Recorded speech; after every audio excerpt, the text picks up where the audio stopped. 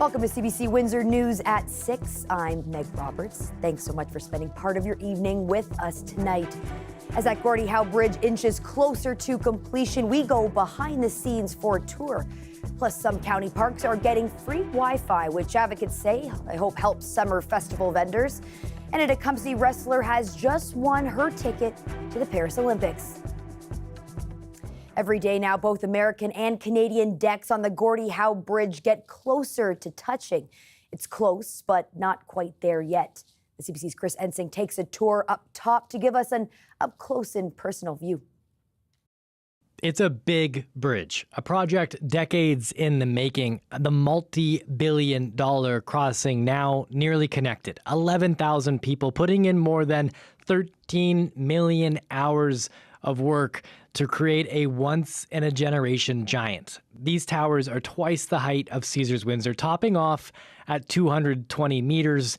There's 216 stay cables keeping this all connected. Today, we're taking a tour to the vehicle deck. It spans 853 meters, about 8 football fields long. You can take the stairs all the way up, but we take them to the elevator. Work is so busy right now that this thing hardly stops running. We take it to the vehicle span, suspended 46 meters above the Detroit River. Along the way, we meet field engineer Manuel Bello. It's been amazing. It's a massive project, and it's rare that you work on a project that's in between two countries. Bello's been on this project for 5 years, watching it inch closer to connection. There's a lot of anticipation, and you see, the colleagues in the U.S. side closer and closer every day. This day, with the $6.5 billion bridge shimmering in the spring sun, wasn't easy to imagine. There's been delays and bumps to the budget. The original opening date was this November, now next September, and costs jumped by about $700 million. Because of the impact of the pandemic and the knock-on effect of the supply chain delays. Walking on the vehicle deck is like stepping foot on a highway in the sky. This will one day carry 6 lanes of traffic, paved shoulders that could allow it to expand to 8. Right here will be a multi-use trail, a place where people can bike or walk across an international border, where crews are spread out, finishing projects up and down the vehicle deck and sneaking a few moments high above the city of Windsor to take in the view. Then it's the end of the line. These are the final segments before Canada connects to America. On the ground, when you look up, it's nearly connected, this bridge, but it's a little off-center. Here's why. The gap is now about the width of an NHL hockey rink, and the alignment of the two sides is incredibly close. A sliver of space, considering that the vehicle deck is made of 54 segments. The bridge engineers and construction managers have told me that it's been within 100 millimeters or so, 100 to 150 millimeters as far as alignment. The Canadian side complete, the Americans installing their final segment right now. Things can get competitive. The U.S. won the race to finish its tower first. Not an official competition. Of course, there always is a friendly, competition. That's good-natured. Back to this gap. These big red cranes are centered on each side of the span, and they'll be used to bring in temporary braces that will align the sides. It will look connected, but that's not the case. Engineers will do physical measurements and place down steel edge girders. Add floor beams, precast panels, adjust the stay cables. Now it's the moment that many have waited for. The longest span of any cable-stayed bridge in North America will be connected. That's likely going to happen end of June. It will become an international crossing at that point. And for our workers who will be doing that, the balance of the work to complete the bridge, they'll have to go through the security or checkpoints with border control at both sides of the border. There's a lot more work once the connection is complete, including 11 buildings at ports on both sides. But for people working on the bridge, there's a day and a piece they have on their mind while working on the project. Any hidden signatures inside this project, somewhere with your name on it or something like that you want to tell us about? There's actually a floor beam that all the staff signed on the cruise here. It's inside the deck. It's amazing, really. I'm hoping that once it opens, I can cross over it. Chris Ensing, CBC News, Windsor. The union representing Canada Border Services Agency is trying to reach an agreement with the Treasury Board. What do we want? What do we want it? Yeah! They held an information picket yesterday at the exit of the tunnel. The union representing Canada Border Services Agency workers is pushing for better job security, wages, and telework for some of its members, something it says they've been working on for almost 2 years. The union is awaiting a non-binding recommendation from a labor relations board to reach an agreement before being in a legal strike position. A strike vote will conclude tomorrow. Mediation sessions are scheduled for June 3rd. Listen, we don't want to go on strike, but we have to push the employer to negotiate with our bargaining team at the table. As I said, it's been almost 2 years now. June the 21st or the 22nd will be the 2-year mark. The City of Windsor's approval of a $3.2 million downtown revitalization plan has been met with a lot of praise. All 36 delegates who spoke at council last night supported the plan, but one community advocate says the plan is inadequate and that it doesn't go far enough in helping people struggling with addiction or homelessness. Really think we need to reopen that safe consumption site. I also think we need to invest in treatment programs so that people who are struggling with an addiction can receive help. And we need that affordable housing so people have a place to live. And until we really address those issues in a concrete way, trying to paper over the issue by providing more policing is just going to criminalize the situation, and it's not going to resolve it. Adding 12 police officers to improve safety is just one part of the plan. It focuses on 7 key areas, which include enhancing social services, looking at ways to address affordable housing, and beautifying the landscape. In order to fund the plan, taxes in the city will increase by 0.7%. The entertainment aspect of it all, more events, more activating of spaces. You know, the vibrancy aspect of this plan is what excites me, because that's my background. That's where I come from. That's what I love to do. But there's no question about it. Number one, the safe streets. You know, like I've been saying this ever since I decided I was going to run for council. I was going to be safety first, and safety's first today too. Today marks Israel Independence Day, established 76 years ago with Israeli Declaration of Independence. Given the state of war in the region this year, there's a different mood to the occasion. Here in Windsor, members of the Jewish community say there's heightened tension as pro-Palestinian protesters create an encampment on the university's campus. Windsor Morning host Amy Dodge spoke with a rabbi to get his reaction. You know, everyone is a little bit on edge, but not as much as what people are thinking. You know, the Israeli people, the Jews as a whole, are very resilient people, very resilient nation, as history has proven, and it is a very special day. It's a beautiful day for celebration, recognition, and also remembering. The town of Tecumseh is moving toward phasing out crossing guards across the municipality. Before any changes are made, council directed administration to further assess the current crossing guard program. Tecumseh Town Council made the decision last night. The crossing guards won't be phased out until further assessment is done over the next few years. The assessments have to be reported to council before any decisions are made on the new suggested safety measures. That includes speed limits in school safety zones and pedestrian crossovers. Administration will also coordinate information sessions with the local schools affected by the change in the crossing guard program. Visitors to some public parks in Essex County can enjoy free Wi-Fi from now on. The feature has been added through federal funding to 21 outdoor locations in Lakeshore, Leamington, Kingsville, and Essex. The CBC's Dalton Chen has more. No password is needed to connect to the internet outside of the Atlas Tube Recreation Center in Bell River. It's one of the park areas benefiting from a project to offer easily accessible Wi-Fi in outdoor public spaces, 24 hours a day, 7 days a week. You simply connect and away you go. And what do you hope people use this Wi-Fi for? I hope that they'll use it to keep connected with families when they're out on the fields watching their sporting events. I hope with the many festivals that happen out in the county over the spring, summer season and fall that small businesses will be able to use it to connect to Wi-Fi, to be able to take payment transactions from customers.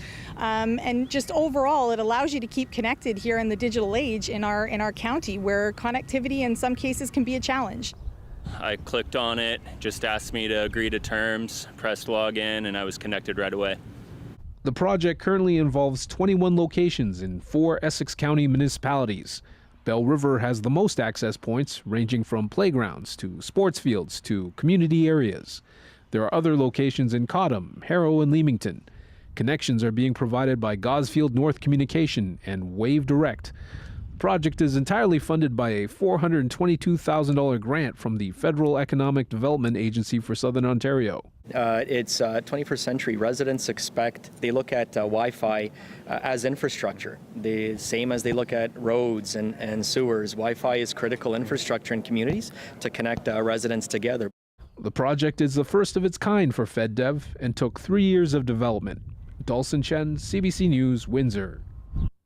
A Tecumseh wrestler has qualified for her first Olympics. This past weekend, she captured a bronze medal in Turkey, beating the Romanian athlete in the women's 68-kilogram weight class, winning her ticket to Paris. At the age of 30, she says it could be her last hurrah. Linda Murray was in our Windsor Morning studio earlier today. How does returning home really make this more of a reality? Oh man, you know what? It's been a few days now since my tournament, so it's slowly sinking in. And I had a whole bunch of people greet me at the airport, and oh man, it feels incredible. It's like I'm really doing it. This is a dream I've had for as long as I can remember, yeah. And no, it's just an incredible feeling. There's only 16 athletes in my weight class that go to the Olympics, right? And there's a whole bunch of countries fighting for those 16 spots. So this qualifier was really the last available spot that I got for that bronze medal. So you were surprised? Yeah, I mean, those girls that I fought against, 2 of them were already world bronze medalists. These are very tough women to compete against. So, I mean, I always I do believe in my abilities. I know I can do it. It all depends on my mindset the day of.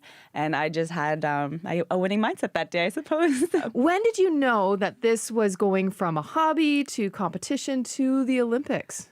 Oh man, I did see a lot of success early on, but that was super tough to handle. So looking back, I did not think I would make it until I'm now 30 years old, still competing, right? This is most likely my last hurrah here. But no, there are so many times throughout my career that I wanted to stop. And really, it's thanks to my coaches, Dave Zilberman and Martine de Grenier, who they pushed me along. And they refused to kind of let me give up and quit.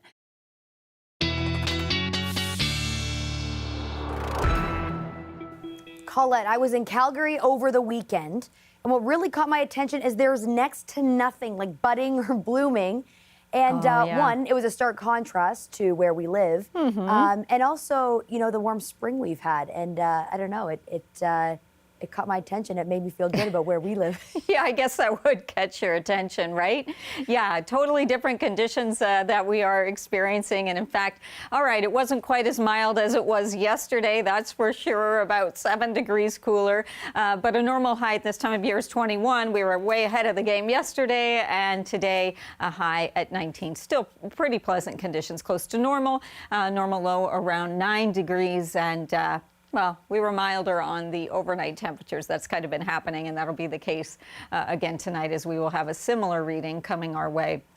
The current temperatures, it's really quite interesting to see the difference here because of where that nearly stationary frontal boundary has been extending here through southwestern Ontario, where to the south of it is the milder air, and that's pushing up against cooler air, pushing back. So 11 in Sarnia, 14 in Goderich, but elsewhere we've got all these either 20s or low 20s.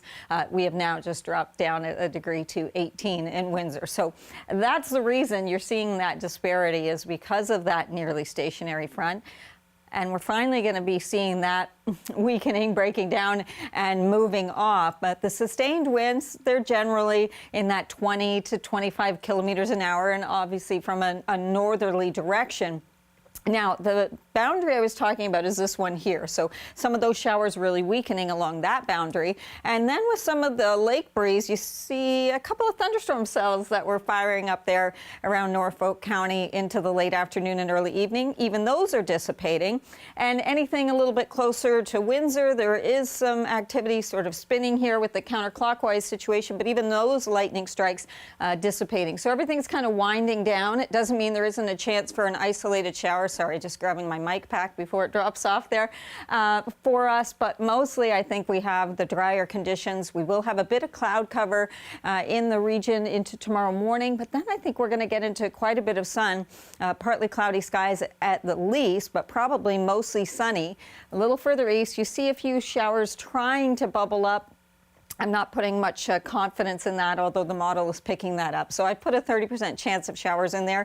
I think it's just primarily going to be a dry and really quite a nice day as we see that boundary moving away from us and that instability. And in fact, the setup then is looking pretty good for a few days as we roll forward. So not just Wednesday, but into Thursday as well. Overnight temperatures, I said they would be very similar to what we saw last night. And here you go. So overnight Windsor 13, Leamington, Chatham-Kent 14, London 13, and Sarnia just a little bit cooler, but holding in the double digit there of 10 degrees. So let's walk you through what happens next then. For tomorrow, 23 degrees, may even see more sun than that. Thursday, partly cloudy to mostly sunny, 24 for that daytime high. And how about Friday? Yeah, the next system rolls in and brings back a chance for some showers and thunderstorms as we're heading into the long weekend. But I think our long weekend's probably going to be a little bit better than Calgary's there, Meg. Yes, it was warm. I will say that. I guess we were there for one of the warmer weekends this spring, but it was nothing like here, that's for sure. Yeah, beautiful green conditions we have. Yes. Thanks so much, Colette. The provincial government is trying to steer away car thieves with license suspensions. More on that coming up after the break.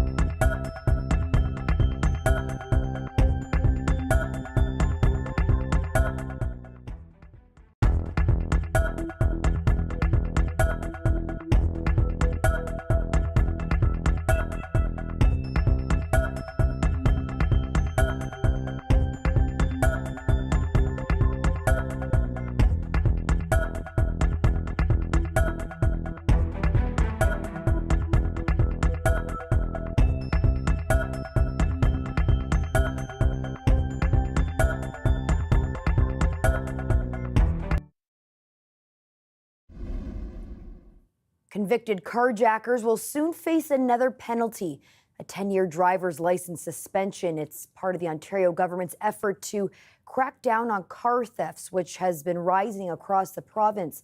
But opposition parties aren't convinced it's the answer. Queen's Park reporter Lorenda Redekop has the details. Two Ford government ministers are promising to get tough on carjackers. This will have no mercy on criminals who think it's okay to steal a vehicle, because it's not. Violent car thefts will result in a 10-year license suspension on first offense, 15 years for a second offense. Anyone caught a third time will be banned for life from holding a driver's license. Driving is a privilege, not a right. If you're shameful enough to prey on other members of the community for your own reckless gain, you'll lose that privilege. Car thefts are way up recently. The government says a car is stolen once every 14 minutes in Ontario.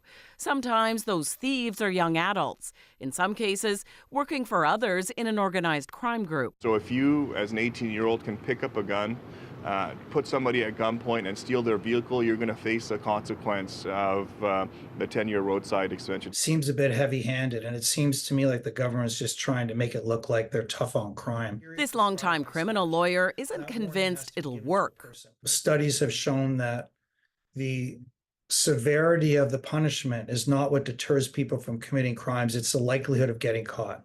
So spend more money on enforcement. The most recent stats from Toronto Police are from 2022. That year, just under 8% of auto thefts were solved.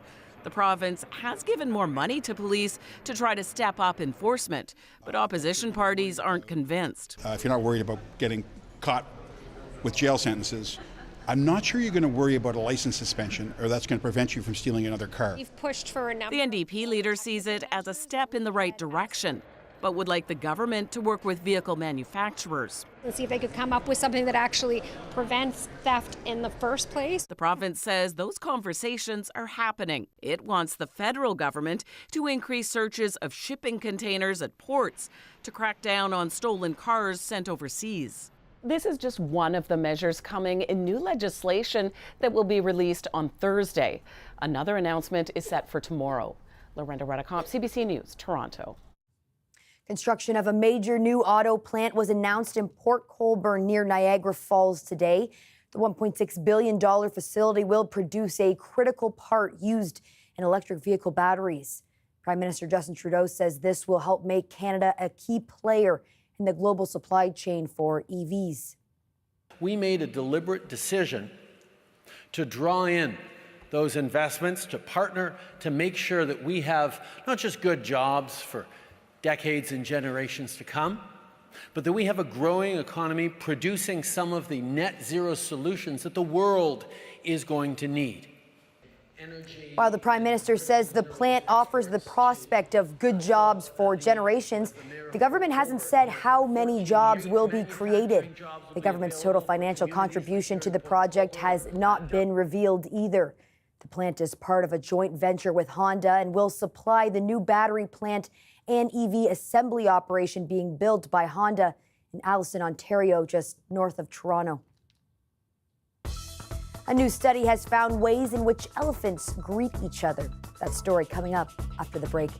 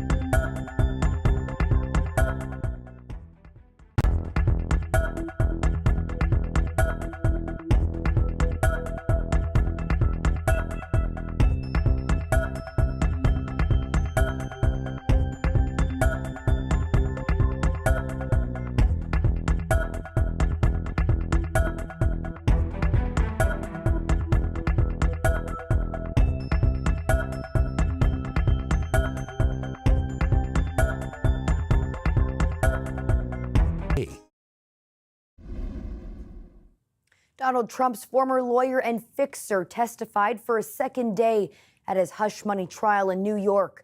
Michael Cohen faced a sharp cross-examination as Trump's lawyers tried to paint him as an unreliable witness. Trump once again lashed out against the accusations on his way into court. The entire world is looking on. There's a very bad thing that's happening in New York. Businesses are leaving New York because of what happened here.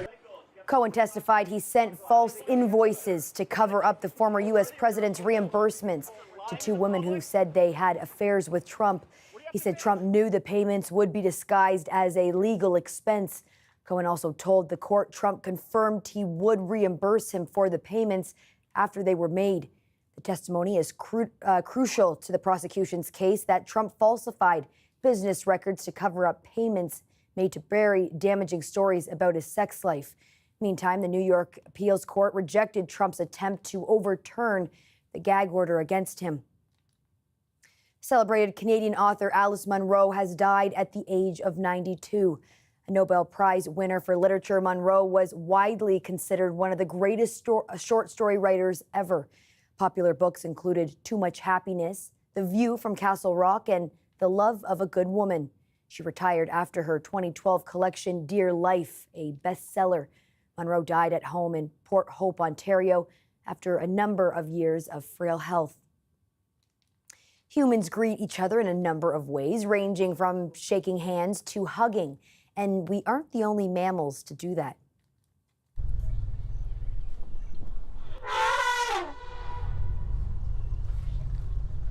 A new study focused on African savanna elephants provides insight into the visual, acoustic, and tactile gestures they have to greet each other. Those greetings differ depending on factors such as gender and eye contact. When elephants are reunited with each other, they often flap their ears, spread their ears, and even reach out to each other with their trunks. Scents also play a role in greeting and often involve urination, defecation, and secretions from a unique elephant gland. Elephants are very intelligent with great memories, so there's some truth to the expression that an elephant never forgets. Well, that's it for CBC Windsor News. Don't forget, for news anytime, you can go to our website at cbc.ca/Windsor. You can also download the CBC News app for stories that matter most to you. Don't forget to watch The National tonight at 9 on CBC News Network, 10 p.m. on the CBC News app, CBC TV, and streaming on CBC Gem and CBC Explore. Thanks so much for tuning in. Looking forward to seeing you back here tomorrow night.